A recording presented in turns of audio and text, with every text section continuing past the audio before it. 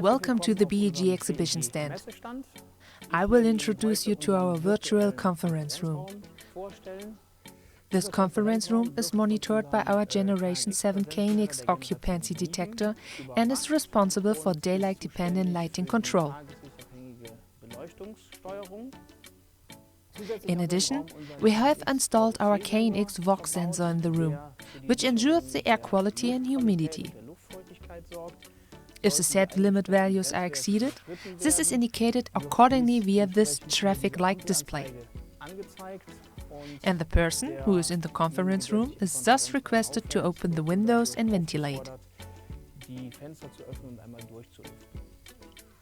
If a conference is now taking place and the beamer is needed, it can be switched on by means of this small remote control.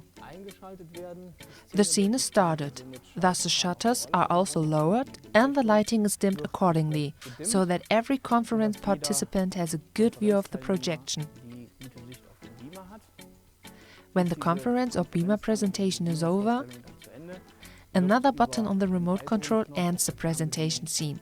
The lighting is set to 100% and a discussion round can take place afterwards. When all the people have left the conference room, the detector takes over again and switches off the lighting after the follow-up time has elapsed.